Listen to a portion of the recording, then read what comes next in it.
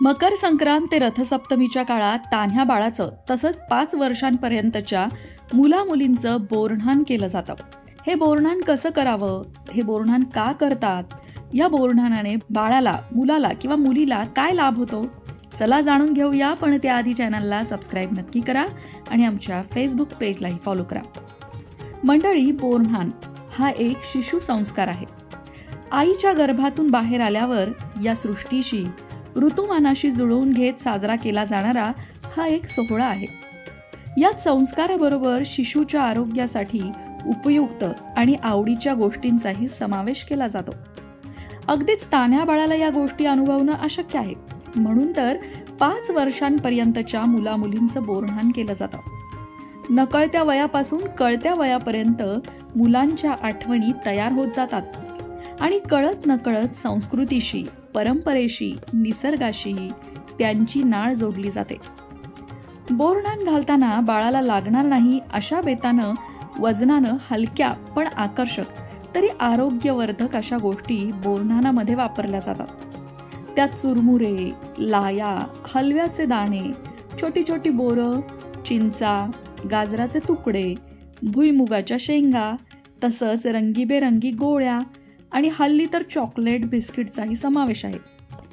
या सोहळ्यात सहभागी झालेल्या इतर मुलांनी तो खाऊ वेचून घरी न्यायचा असतो. या निमित्ताने इतर मुलांनाही या गोष्टी आठवणीत राहतात आणि उत्सव मूर्ती बाळाला किंवा त्या लहान मुलाला किंवा मुलीला या खेळाची गंमत वाटते. हे बोरन्हाण घालताना त्या लहानग्या उत्सव मूर्तीचा साज नेहमीपेक्षा वेगळा असतो.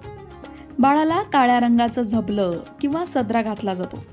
मुलींना काळ्या रंगाचे खणाचे परकर पोलके किंवा फ्रॉक घातला जातो. काळा रंग उष्णता शोषून घेतो. हिवाळ्यात शरीर उबदार राहावं म्हणून आपण काळे कपडे वापरतो आणि बाळालाही काळ्या रंगाचे कपडे अगदी उठून दिसतात. आणि त्या काळ्या रंगाच्या कपड्यांवर पांढऱ्या हलव्याचे दागिने किती गोड दिसतात नाही बाळा. मुलांना बासरी, मुकुट, हार, तर मुलींना माळ, पैंजण, वाकी, बांगड्या असे हलव्याचे कितीतरी दागिने असतात. या शृंगारामुळे बालमूर्ती अधिकच शोभून दिसते. आता बघूया की बोरन्हाण का करायचं असतं. त्या संदर्भात एक अशी आख्यायिका आहे की करी नावाचा एक राक्षस होता.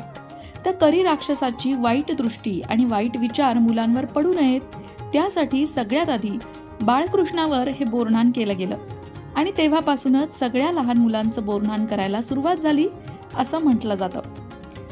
शास्त्राप्रमाणे बघितलं तर या कालावधीत वातावरणात अनेक बदल होत असतात. लहान मुलांना या बदलत्या ऋतूची बाधा होऊ नये म्हणून या काळात मिळणारी फळं मुलांनी खावी, त्यांना मजा यावी यासाठी ते वेचून खाण्याची संधीही दिली जाते. म्हणूनच त्यात बोरं, उसाचे तुकडे, भुईमुगाच्या शेंगा यांचा समावेश केला जातो. खेळाच्या माध्यमातून या वस्तू मुलं वेचून खातात. पुढील वातावरणासाठी शरीर सुदृढ बनतं असं त्यामागे शास्त्रीय कारण आहे. आता हल्ली त्यात चॉकलेट गोळ्या बिस्किटं असतात, पण ते थोडं कमी ठेवावं आणि फळं आणि इतर नैसर्गिक खाऊ जास्त ठेवावा. तो मुलांच्या आरोग्यासाठी फायदेशीर आहे. आता बोरन्हाण कसं करायचं ते बघूया. बोरन्हाण करायच्या दिवशी संध्याकाळी तुम्ही तुमच्या दारासमोर सुंदर रांगोळी काढा. आजूबाजूच्या सगळ्या छोट्या मुलांना बोलवा. त्याचबरोबर जो उत्सव मूर्ती आहे, जो छोटा बाळ आहे, जी छोटी मुलगी आहे, तिला छान काळ्या रंगाचा फ्रॉक, काळ्या रंगाचे कपडे घाला, हलव्याचे सगळे दागिने घाला. एक पाट मांडा, त्या पाटाभोवती रांगोळी काढा. त्या पाटावर त्या छोट्या बाळाला बसवा, छोट्या मुलीला बसवा. जर ते बाळ अगदी छोटं असेल तर आई त्या बाळाला मांडीवर घेऊन बसली किंवा आजोबांच्या मांडीवर दिलं, मामाच्या मांडीवर दिलं तरी चालतं आणि बाकीची मुलं गोल भोवताली बसवा. आता आई, आजी, मावशी, काकू किंवा 4 शेजारणी बोलवा आणि बाळाला औक्षण करा. औक्षण झाल्यानंतर जो खाऊ तुम्ही आधी बनवून ठेवलाय, म्हणजे एका परातीमध्ये चुरमुरे, लाया, कच्चे हरभरे, बोरं, ऊस, त्याच प्रकारे थोडेसे चॉकलेट गोळ्या असं सगळं एकत्र करून ठेवलेलं असेल, ते बाळाच्या डोक्यावर 3दा टाका. हळूच टाकायचं, बाळाला काही लागलं नाही पाहिजे. प्रत्येक सवाष्णीला असं 3-3दा करण्याचा मान द्या. या प्रकारे सगळ्यांना त्या उत्सवात सहभागी होता येतं आणि घरामध्ये बाळाचा एक सुंदर कौतुक सोहळा होतो. हा कौतुक सोहळा पार पडला की बाळाची झोपायच्या आधी दृष्टही नक्की काढा. आता या सोहळ्यासाठी आपापल्या मुलांना घेऊन आलेल्या लेकूरवाळ्या सवाष्णींना हळद कुंकू लावून त्यांचाही सन्मान करा. त्यांना तिळगुळ द्या. गप्पा गोष्टी नाच गाणी यामुळे घरामध्ये सुंदर वातावरण तयार होईल आणि आयुष्यभरासाठी आठवणी जमतील. आता हे बोरनान कोण कोण करू शकतं? तर ज्यांच्या घरात 5 वर्षापर्यंतचं बाळ आहे, मुलगा आहे, मुलगी आहे, ते सगळे त्या बाळासाठी हे बोरनान करू शकतात. हे बोरनान तुम्ही संक्रांतीच्या दिवशी करू शकता किंवा संक्रांतीपासून अगदी रथसप्तमीपर्यंत तुमच्या सोयीने कुठल्याही दिवशी करू शकता. अनेक जण तर बाळ अगदी 1 वर्षाचा झाल्यापासून प्रत्येक वर्षी म्हणजे 5 वर्षाचा होईपर्यंत हे बोरनान करतात. काहीच हरकत नाही. किंवा काही जणांना दरवर्षी करायला जमत नाही, तर बाळ 1 वर्षापासून 5 वर्षाचं होईपर्यंत कुठल्याही एका वर्षी केलं तरी चालतं. या बोरनानासाठी बाळाला हलव्याचे दागिने अवश्य घालावे. बाजारात कितीतरी प्रकारचे हलव्याचे दागिने आलेले आहेत. त्यापैकी जे आपल्या बाळाला सूट होतील किंवा आपल्या बाळाला जास्त त्रास होणार नाही, टोचणार नाही, अशा प्रकारे हलव्याच्या दागिन्यांची निवड करावी आणि ते आपल्या बाळाला घालावे. हा झाला बोरनानाचा संपूर्ण विधी. पण याशिवाय तुम्ही मकर संक्रांतीच्या दिवशी दानधर्म नक्की करा. मकर संक्रांतीच्या दिवशी दानधर्म केल्यामुळे किंवा मकर संक्रांतीला नाही जमलं तर कमीत कमी रथसप्तमीपर्यंत जसं जमेल तसं दानधर्म केल्यामुळे आपल्या घरातल्या मुलांसाठी ते चांगलं असतं.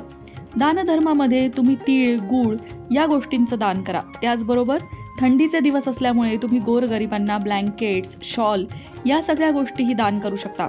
मकर संक्रांतीमध्ये दानाचं अनन्यसाधारण महत्त्व आहे. दान केल्यामुळे संपूर्ण कुटुंबाची प्रगती होते. कुटुंबाला त्या दानपुण्याचा लाभ होतो. खास करून जर दान करताना तुम्ही बाळाचा हात लावून त्या गोष्टी दान केल्यात तर ते दान बाळाकडून दिल्यासारखं होतं, ज्याचा लाभ आपल्या बाळालाच होतो. मुलांच्या नावे दानधर्म केल्याने मुलांना त्या पुण्याचा लाभ होतो आणि त्यांच्या पुढच्या आयुष्यासाठी ते कल्याणकारी ठरतं.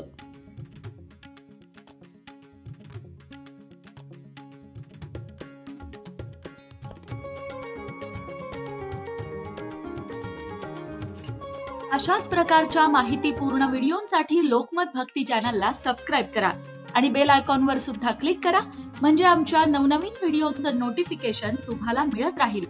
तसंच योग्य आध्यात्मिक मार्गदर्शनासाठी लोकमत भक्तीच्या फेसबुक पेजला फॉलो करायला विसरू नका.